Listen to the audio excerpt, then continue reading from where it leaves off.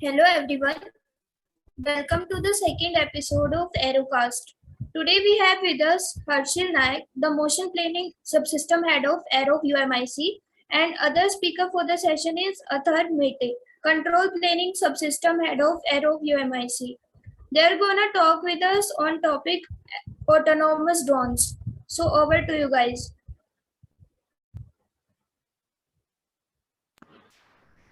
Hello, are we audible? Yeah, you are audible. Okay, so hello, I am Harshil and he's Atharva. Thank you for the good intro. So the talk is basically structured around autonomous aerial vehicles. The stress here being autonomy, because we'll talk about things that make drones autonomous and not just about what makes drones fly and stuff like that, but what makes drones intelligently fly. So moving on. First, we'll talk about a few types of unmanned aerial vehicles out there. So as you can already see, these are called quadrotors, or basically multi-rotors, which have more than one rotors. This is a fixed wing UAV. This is called a lighter than air UAV or a blimp. And this is a VTOL, that is basically a hybrid of the multi-rotors and the fixed wings. So first of all, like for if you want to make something intelligently fly or basically autonomously fly, what all do you need? So it is a multifaceted problem. You need something called controls. So basically, if I tell a drone to go 10 meters ahead, then it should do something that makes it go 10 meters ahead. That is controls. Then there is motion planning. So if I tell a drone to go from point A to point B and there are obstacles in between, then it should be able to find its own path, and it should be able to traverse its own path. So that is motion planning. Then there is localization. One thing that we all overlook while thinking of autonomous drones is localization. So the meaning of the word is basically finding your own position with respect to the environment. So all of us assume that we already know the position of the drone, but if you think about it, then usually we don't. And if it is an outdoors environment, then it is easier, but we will talk about that more. So localization is basically finding your own position in the environment. So like the data about your own position, your own coordinates. Then there is something called as machine learning. It is sort of the buzzword these days, and the reason is not just because it's a buzzword, but there are multiple uses of machine learning in the autonomous systems that we've worked on. So we'll talk about those as well. So we'll start with controls, and I'll hand over the reins to Mehte. Thank you, Athar. Thank you, Harshil. So, hi guys, I'm Athar, and I'll be briefing you about controls and localization subsystem. So, as the word suggests, controls is the subsystem is responsible for regulating the behavior of our system using the control inputs. So, control inputs is nothing but like for any type of system, there are certain quantities which a user can control, like which a user can vary, and by varying those quantity, your system will respond. So controlling that particular quantity accordingly, as per our requirement, is what's the job of the control subsystem.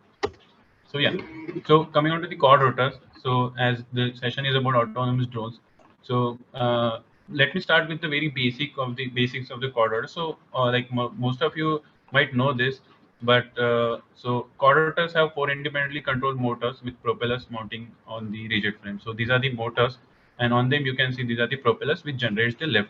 So quadrotor can produce lift using this four rotor motor propeller combination. So one thing to note is that the rotation, like the direction of rotation of these rotors are, it's unique. So these two are rotating counterclockwise, while these are rotating clockwise. So the reason for this, as mentioned, there is the conservation of angular momentum. I mean, think for a moment, if all of them are rotating, in one direction, then there will be a total upward moment on the quadrotor, like the total upward torque will be would be pointing upward, right? Just using the thumb rule. So in order to conserve the angular momentum, your quadrotor itself will rotate in the opposite direction, producing a net moment downward, and like producing a moment downward, so the net moment is zero. So I mean, this type of thing can happen if your rates are not adjusted accordingly. So yeah.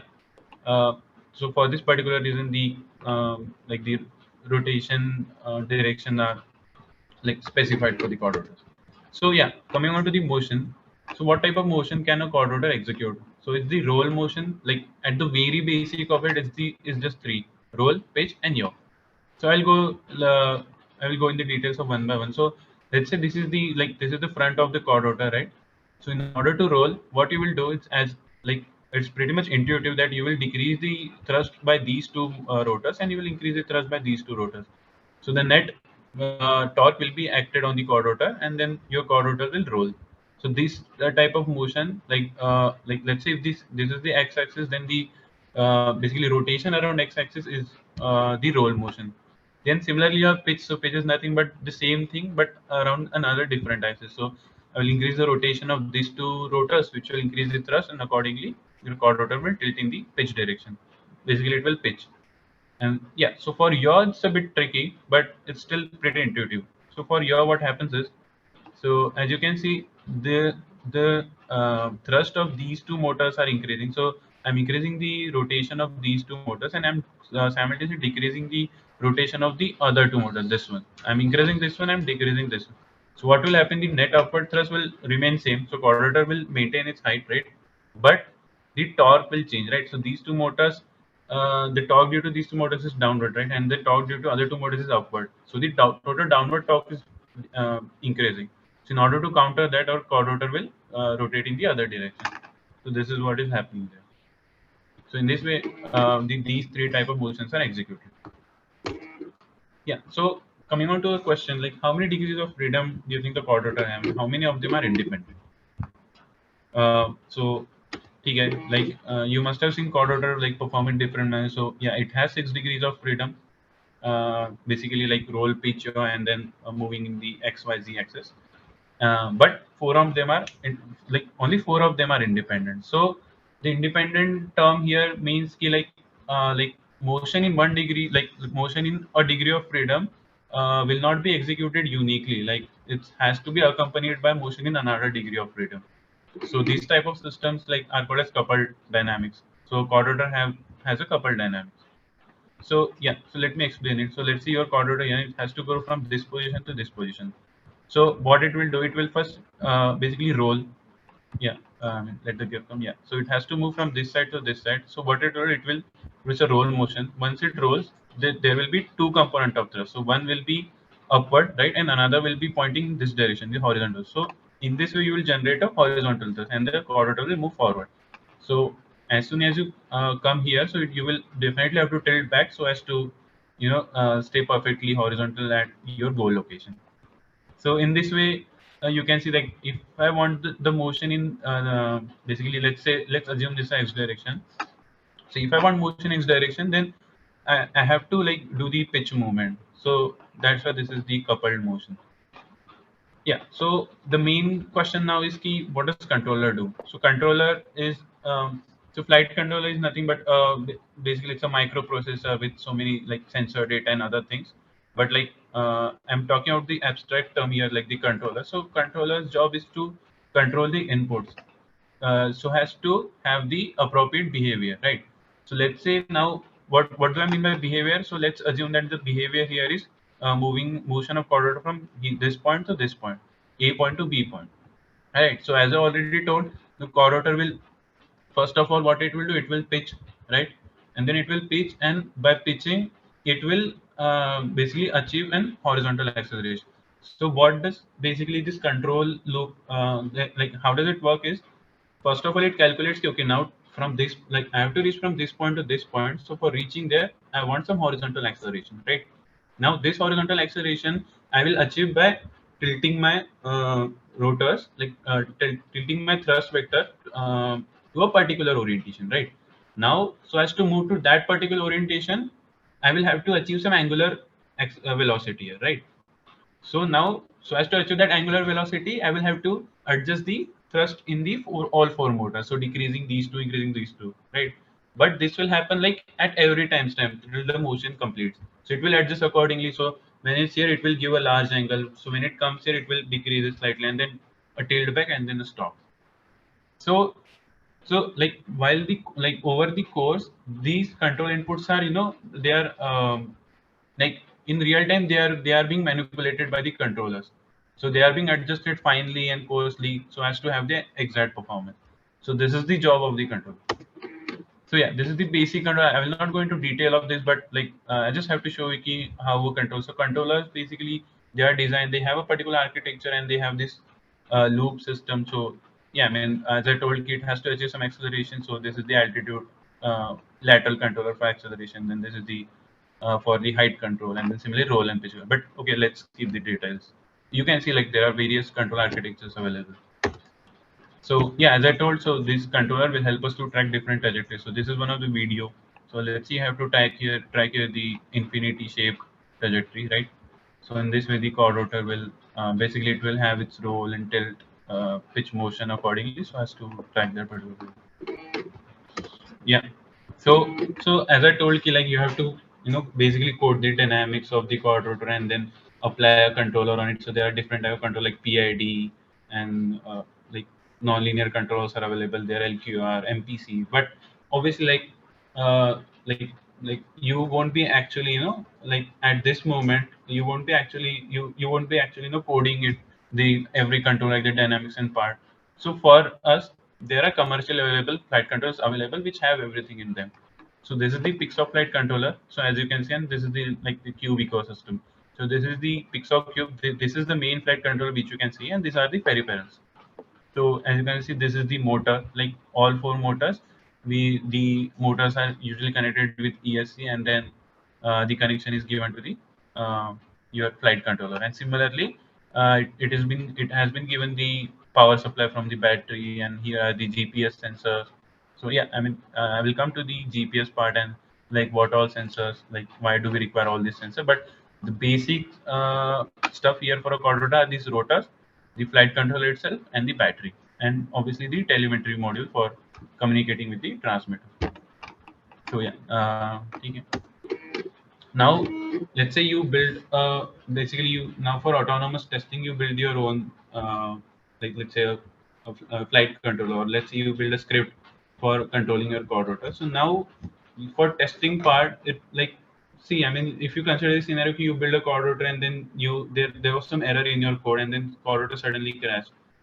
So this isn't desirable, right? So for that, what we have is this SITL. So SITL is basically software in the loop, a simulation in the loop. So this thing, so okay, I will play the video. So this is one of the simulation that we did in for one of our competition. So what is this? This is the Gazebo Simulator, as you can see, and this is the like for like we are using PX4. So PX4 is a firmware which is used. PX4, let's say like Pixoc is a flight controller, and in that flight controller we deploy some code. So that particular code or the software is the PX4. So I mean, okay, I'll not go into detail, but let's consider it's a software, right, for control, like which have control all algorithms coded. So we are using that with the Gazebo in order to simulate our mission. So our mission was to pass through these frames. So yeah, I'll go forward a bit, and so yeah, maybe this might be interesting. So okay, so what is happening here? Like, as I said, the mission was to detect those frames and to pass to them. So, like detection, we use computer vision and those. So those can also be effectively tested in this simulation environment. So, like this simulation thing is very efficient and very effective in testing our algorithms and everything. So I will show the clip when the coordinator actually. Yeah. So we can actually see the coordinator is passing through the frames and it's moving that side, again passing through it. So one thing is key. This simulation is also effective in such a way that we can iteratively like the first flight we did in this simulator. So our coordinate actually it crashed with the frame. So then we were able to actually gauge okay why is it crashing, and then we were able to correct it to have the accurate performance. So these type of thing is, let's say if we are doing it on actual hardware, then yeah, I mean you will obviously suffer many losses. So that's why this simulation is very effective. uh, like for the simulation part. Now we come to the localization, right? So localization means to localize. And what the localize term basically it means ki no the system is aware of its current position, right? So as I told, like the controllers basically they track a reference trajectory. So let's keep the trajectory. Let's say it tracks a reference position. So for tracking that particular position, what the controllers work on errors. So the error between current position and the desired position. So this error term basically depends on the current position itself. So it should be aware of the current position, else controller won't work. So in order to estimate our current location, what we use is the localization. So yeah, the getting current position estimate of drone using various sensors. So for localization, like we use various sensors, and I'll go into that. Now. Um, so there are some like state-of-the-art techniques for basically localizing your quadrotor. So these are some of them. So we use GPS. So GPS basically it connects with the like everybody knows GPS. It connects with the satellites, and then due to the difference between the basically frequency of each of the satellites, it basically have the estimate of the position and the movement. So GPS, but the problem with GPS it is effective only in the outdoor environment. Inside you don't have the GPS range. So for that, what you do, you use visual SLAM. Okay, so first of all, let's focus on the term SLAM. SLAM is nothing but simultaneous localization and mapping. So you're localizing yourself, but at the same time you are even mapping the your environment. So that is the simultaneous localization and mapping. And the visual term here means we are using cameras to localize yourself. So we use monocular and RGBD cameras for that. Then next thing is inertial SLAM. So inertial means we use the IMUs. So IMU give the estimate of linear acceleration and the angular velocities. So using that you can actually integrate over the time and calculate your position and velocity. So the in this way the IMU SLAM work, inertial SLAM work, and then sometimes we even combine these two SLAMs, so it's visual inertial SLAM. And then the last is the lidar SLAM. So lidar SLAM, you must have seen the 3D lidar, on some like the Waymo self-driving car and another self-driving car. You must have seen those. Like on the top of the car, there are structures which are rotating. So basically, those sensors basically they send the uh, a laser ray, and then it comes back, and the detector detects it. So using that, it can uh, map the environment and properly localize itself. And there are also other ways. So in this, what you can do is there is one term which is sensor fusion. So this let's say we have a GPS. We also have, we also have visual like the visual SLAM. So you can integrate all of the like you can integrate the data provided by all three SLAMs using the sensor fusion. So yeah, this is also like one of the interesting hot fields. Um, yeah, so here's a small video for the ORB SLAM. So ORB SLAM is one of the visual SLAM which uses cameras like monocular and RGBD camera. And in this you can see, should I open this? Okay, so in this you can see the camera is basically tracking this feature. So feature is, let's say, considered at some point. So it's tracking that point and then it's localizing. So in this you can see the blue thing is the keyframe, and the green one is like is the path. It's tracking. Okay, where am I going? And then we are getting our position. So this is the and this was it for the localization. Now, yeah, over to Harshil for path planning. Right. So we talked about controls and localization. So basically now if you have a drone, then you can tell it what to do and you know where it is. But if you want to like carry out a mission, then you need path planning and then over to machine learning for more advanced things. So first I'll talk about path planning. So basically, if you want to go from point A to point B and you don't know what obstacles are there in between, then path planning, what path planning does is it gives you a path between 2 points depending on the obstacles in the environment. Now a question that comes to mind as soon as I say this is that how will I know where the obstacles are? So for that you need sensors on your drone. So the sensors that Atharva talked about, like RGBD cameras or lidars or normal monocular cameras. So basically through sensors you will sense if an obstacle is there in front of you, and then if the obstacle is there in front of you, you have either two choices. One is that you do global planning. That global planning is basically you already know where the obstacles are using sensors, and then you plan a path through those obstacles towards your goal. So once you plan your path, then you don't change that path. That is your global path. But local planning basically comes for unknown and dynamic obstacles. So local planning usually works where I already have a global path and I'm going on the global path, but then an unknown obstacle comes in between. So I do something to avoid that unknown obstacle and then go back on my global path. So that is a local planning method. So I'll just read through these. Global methods plan path by taking the whole environment into account. So basically, you know all the obstacles, where the obstacles are, and then you find a path. So like this one. And then local methods only plan path by taking nearby obstacles into account. So unknown obstacles basically, and obstacles that suddenly come out of nowhere or that aren't there. Now I'll talk about the broad pipeline of a path planning subsystem or a path planning module. So first you have environment perception, which I talked about. That you need to know where you need to sense the obstacles. You need to find out where the obstacles are. So that happens in the environment perception part. Then there is the planner, the actual algorithm, that the actual logic that decides how to find the path. I'll talk about these. Then there is trajectory tracking. So once you already have a path, then you can tell the drone to go on that path. So that is trajectory tracking, like the actual walking or the going on the path. So first we'll see a few global path planning methods. So you can see that in each of these graphs, this red point that I'm pointing to is the start node, and this X here is the end node. So what these are doing is these are two different algorithms called Dijkstra's algorithm and A-star algorithm. So A-star already found the path and Dijkstra will find the path in some time. So the blue, basically what happens is you divide the environment into grids, and then you apply the algorithm on that grid.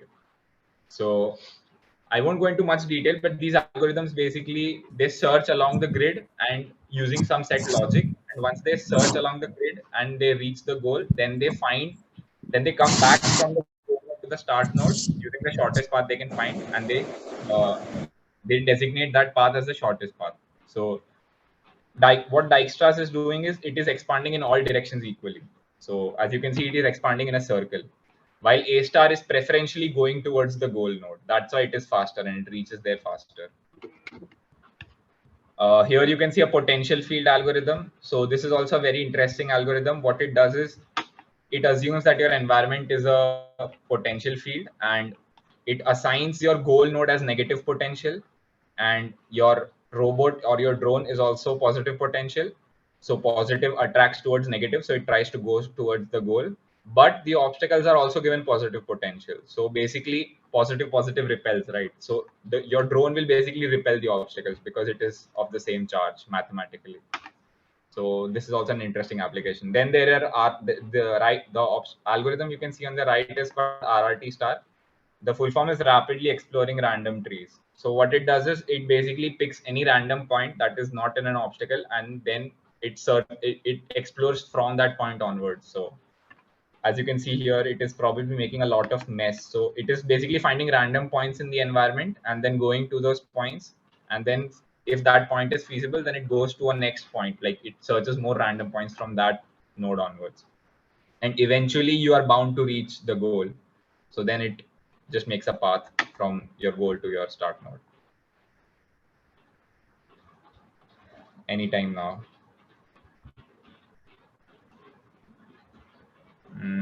Yeah, so it found the path.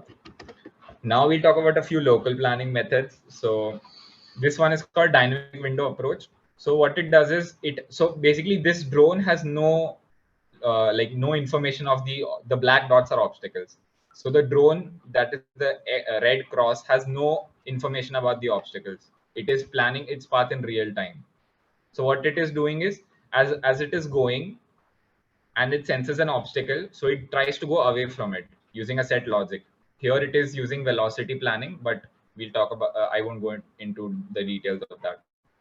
What I'll do instead is I'll show you an example implementation of this local avoidance that we did. So you'll see that I'll first tell the drone to take off, and once it takes off, I'll start the avoidance node. So what this drone is just a simple drone in the SITL simulation that Atharva talked about. So it's a simulation environment in Gazebo.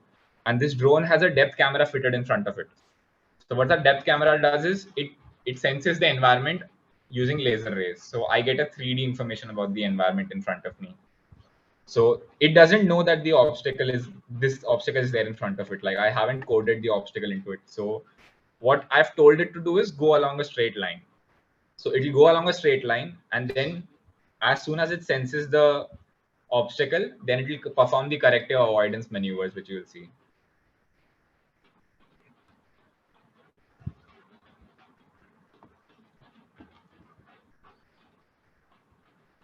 So this is that avoidance node I'm running.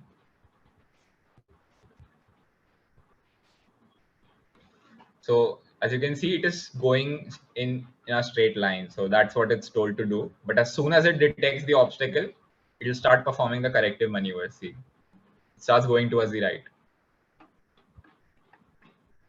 So this is just a basic implementation of a local planner. So it detects an obstacle, an unknown obstacle, and then it performs a corrective measure.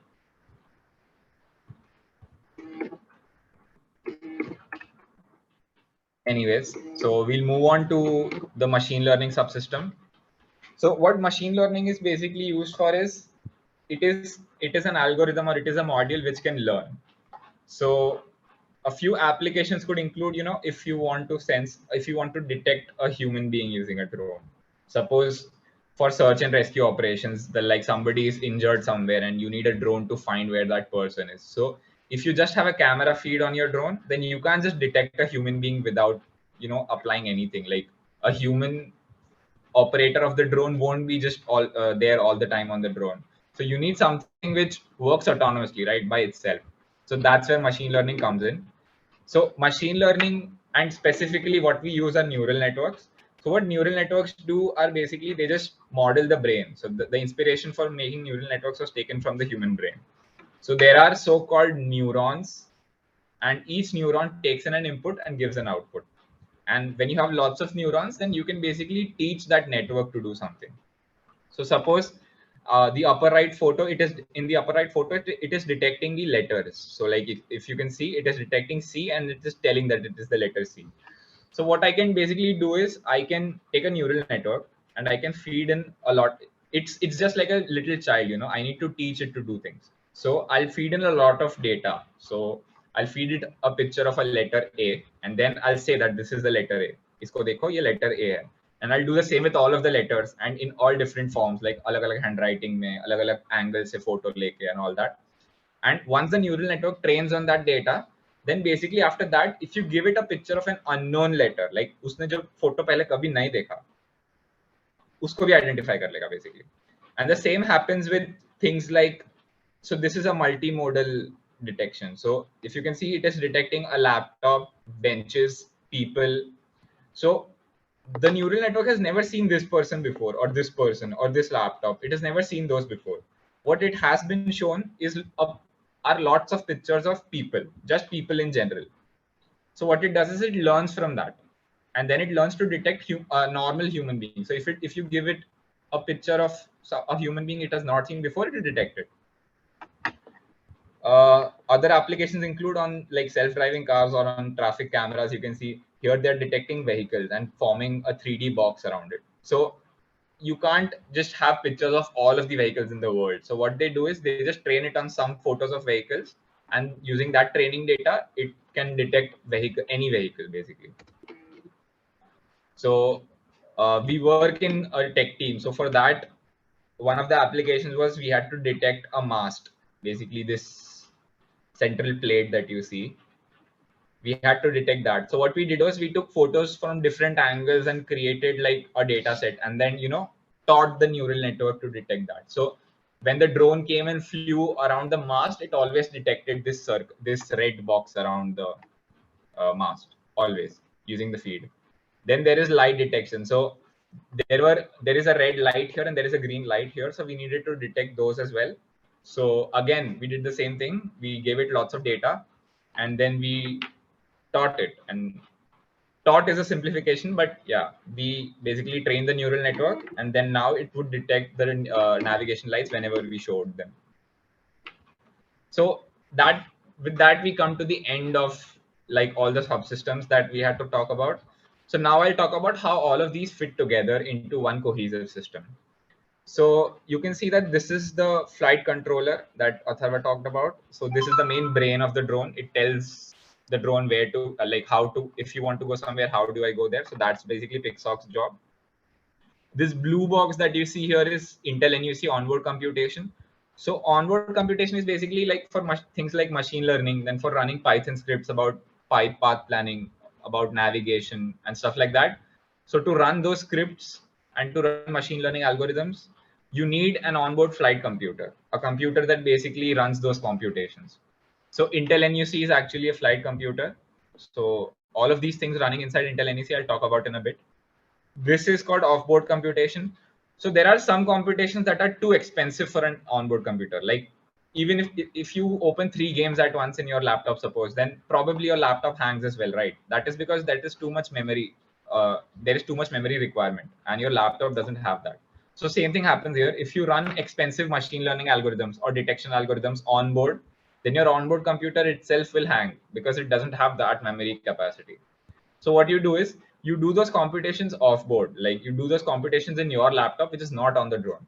And then the results you send to the drone, because what the drone in the end needs is the detected person or the detected object or whatever. So what you do is you do those computations for it and then you send the data. So as you can see, human detection, it is doing human detection and it is sending the human data back to onboard computer. It is doing target identification and it is sending the target data. So what this onboard computer does is it basically runs everything else that needs to be calculated or done. So there is audio recognition, gesture recognition, then decision making, all the navigation and control scripts, path planning scripts. There is depth calculation. So all the sensor data that is coming, the computations to be performed on that. There is a localization data that is coming that we need to compute. So all of that works on Intel NUC on the onboard computer. All these modules here, like all these boxes here are the sensors. So USB camera is giving the RGB image, handheld remote device is giving it just direct commands. There is a depth camera involved, so that gives data into localization and stuff. And what this basically does is it computes and then it gives the commands to the flight controller. So this channel you can see here, channel values and commands. So it does all the computations. It tells me where I need to go, and it gives those commands to the flight controller. So the flight controller gives those commands back to the motors and ESC, and then it basically just executes the maneuver. Also, you can have a manual control using a receiver and feed that to the flight controller itself. This TF mini thing that you can see here is a 1D lidar. So that is basically used for altitude estimation. So I think if you read through this once more, you'll quickly understand like how everything fits together.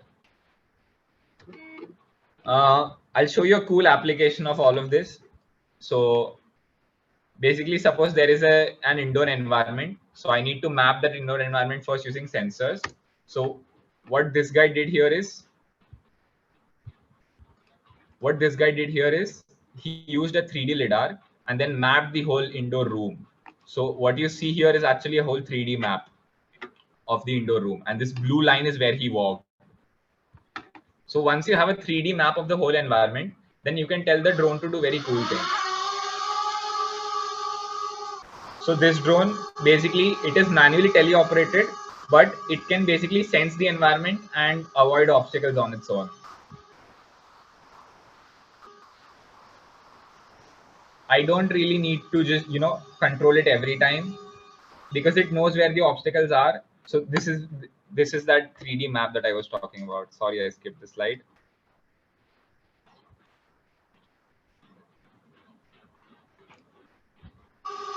This is the 3D map that I was talking about. So in this 3D map, what it is doing is it knows its current place. So that is the localization subsystem we talked about.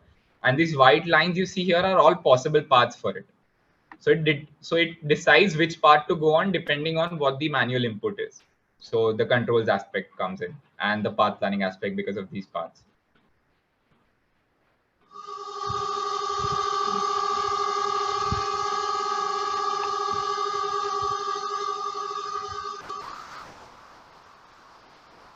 And then it will land autonomously as well. So you probably guess that's a very interesting application of autonomous drones. you can use it to, suppose you have a building that has fallen and you need to, go in and look for survivors, but humans can't go because it is very constrained. So you can use drones for the same purpose, and they're very effective at doing those things. So the end goal here is to motivate you guys and to, like, inspire you guys to create your own projects. So asking you guys to do everything that I just said from scratch is a bit too much. So there are already available packages, open source packages that you can use in your own projects for these. So for flight control, there is a firmware called PX4 and there is a firmware called Aldo Pilot that Atharva talked about. So these two are the main open source firmwares that are being used these days. They are very stable firmwares and you can just directly use them on your project. It's very easy. They have a very huge and detailed documentation, so you can basically use those in your projects.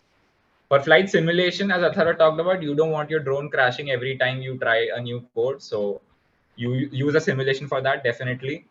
And you can use ROS Gazebo for that. So ROS is for the whole communications and Gazebo is the simulator. For path planning, this is a very interesting repository where all the implementations are done for major algorithms. So you can just pick up any algorithm from there and use it in your own project. For localization, you can use ORB Slam 2. It's an open source visual SLAM that we just talked about. Then there are inertia SLAM algorithms also available on GitHub. You'll find them open source algorithms. They're very widely available and very stable to use. GPS, so you can get from anywhere. And there is a package called Hector Quadrotor that has basically all of these things included into one, and you can just directly use that. So direct localization, path planning, mapping, etc. All of that is just inbuilt in it. So you can use those as well. Now, like currently we are in our lab, so we don't mind showing you one of our test drones, which we use for testing all of our algorithms and our control software. So we'll quickly describe the parts that are there. So these are the 4 motors that you basically see. Wait, let me just. Okay. So these are the motors basically, obviously. The propellers are detached right now, so you won't be able to see those. This is the GPS, this blinking light. The GPS is always kept above because there are magnetic vibration. There are magnetic fields inducted, fields induced. Yeah. These packages that you see here are called ESCs. So basically, those send commands to the motors to run. This part that you see here, the orange part, is the flight controller PICSOC that we talked about. This is the onboard computer for all the computations that we talked about. It's the Intel NUC. And other than that, this is the battery here. We've kept it detached because we're not using the drone right now. But yeah, there is a receiver here for taking the inputs from the transmitter. And this little thing is called PX4 flow. So what that does is it is basically used for visual SLAM, the visual SLAM that we talked about for localization. So that's basically used for that. And yeah, this is an SSD hard drive. There is a 1D lidar there down there. Yeah, so that is again used for like altitude estimation. So you get the correct height estimate because of the 1D lidar. It sends a laser downwards and then basically estimates your height. Yeah, so that is it from our side. Thank you.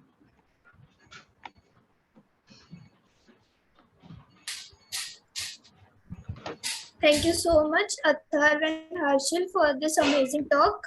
We have learned a lot from the presentation and stuff.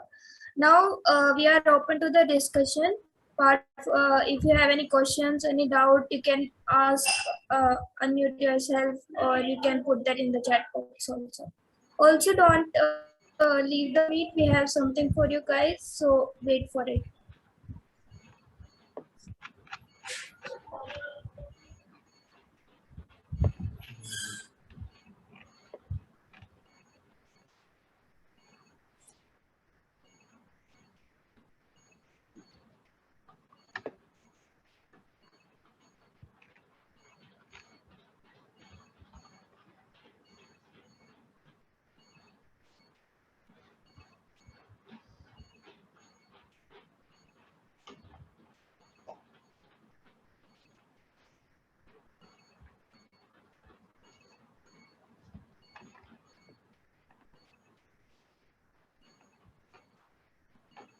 Looks like Put everything.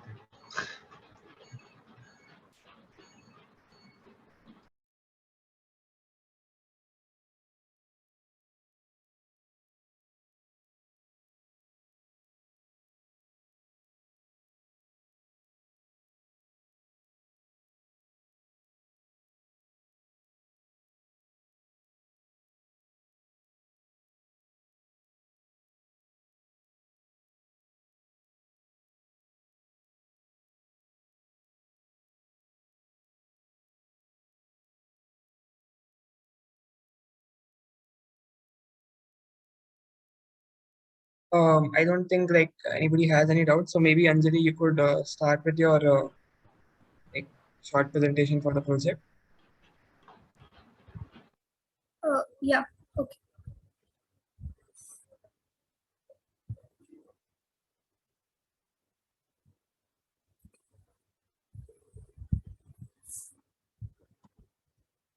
Is my screen visible?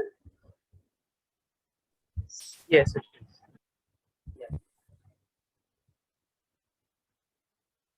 Yeah. Okay. So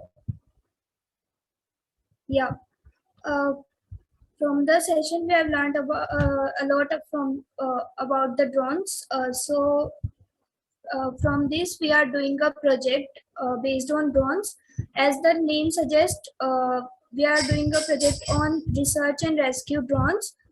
Uh, Me and my teammate Umesh, we are working on that. So yeah, this is the problem statement for our project. Like we will be making a drone which will be used for the rescue purpose in any case of tragedy. Like we can use drones like this in the flood case or in the tornado or in the fire in the forest and earthquake and all. So like in these cases humans are not really helpful to help other peoples or go to the destroyed or damaged places. So in that case drones are really very helpful. So we are working on something like that. Yeah. So what we'll be learning from this project is first of all we'll be making autonomous drones. Like all this stuff uh, whatever the drone will do, it will do autonomously. Yeah. So like first of all we'll be making a drone in the, like it's launching in the px4. And for the initial part, like if we tell the drone to move to the already manually set waypoints, then it will move to that. It's like something sort of autonomous to move to that waypoints we have already set.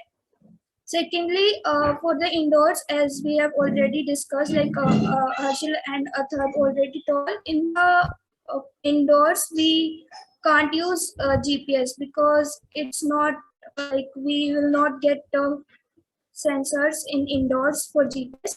So drone need to be known where it is. Like we'll be doing the localization part. Then drone will came to know its position in the environment using SLAM. Next, what we'll do is in the situation like rescuing, we need to like search for the humans where they are stuck. So before the path planning, what we'll need to do is the path exploration. Like drone need to explore its path where the humans actually are. Once it goes, get the you like in the path planning, we have a start and we have a goal. Like it need to start from a point and then it need to go to a particular goal. But we don't actually know what the goal is. Like drone itself don't know where the humans are, so it need to explore its path and then find the humans, and accordingly then it will plan its path and move to that point. Then we'll came to know where actually the humans are. So it's a sort of idea how we'll be doing, how we'll be moving on to our project. Yeah, so it's a kind of roadmap. Initially, we'll be doing the basic learning of these softwares. Like ROS is the base of the communication system to communicate with the Gazebo and the PX4. So yeah, first we'll be doing the learning of these softwares, and from this we'll be at the point where we can like sort of take off and land, or we can move to the waypoints using the Q ground control from this point. Then we'll move to the moving of drone using the Python script. Like at this point, we don't say the drone key like move to this point and it will move. Now we'll be setting a Python coordinate for the controlling. Like it will move to the points which we want. Yeah. Now the third point will be moving to the localization part. In this, as I said, in the indoors we cannot use GPS. So we'll use the SLAM to localize the drone so that drones came to know its position and do the further stuff it need to do. Then we'll move to the path exploration. As I said, drone itself don't know the position of the humans where it is. So it also need to explore its path and find firstly before path planning, it need to find where it basically need to go. So it will explore its path using the path exploration, and then using the deep learning and the ML algorithms will be detecting the humans in the environment. That's our next step. And finally, when we find the when we find the humans in the environment, then it will plan its path accordingly and then reach to the humans, and then we'll get the position of where exactly the humans are.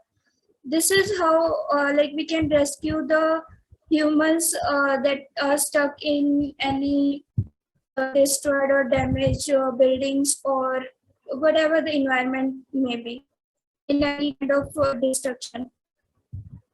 Yeah, so this is the sort of map we'll be following for this project.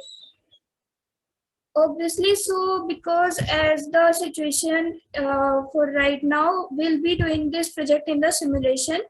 Firstly, like for the simulation, we'll be using the Gazebo. And for like as time permits or according to the situation, whatever it will be in the future, we'll be then moving on to the hardware stuff for assembling of all this stuff. So yeah, that's all from my side. Thank you, everyone. We are not working in the team of two for this project, so we'll need more members. We'll be floating a Google form in the chat box, so you interested members can fill it and join our team.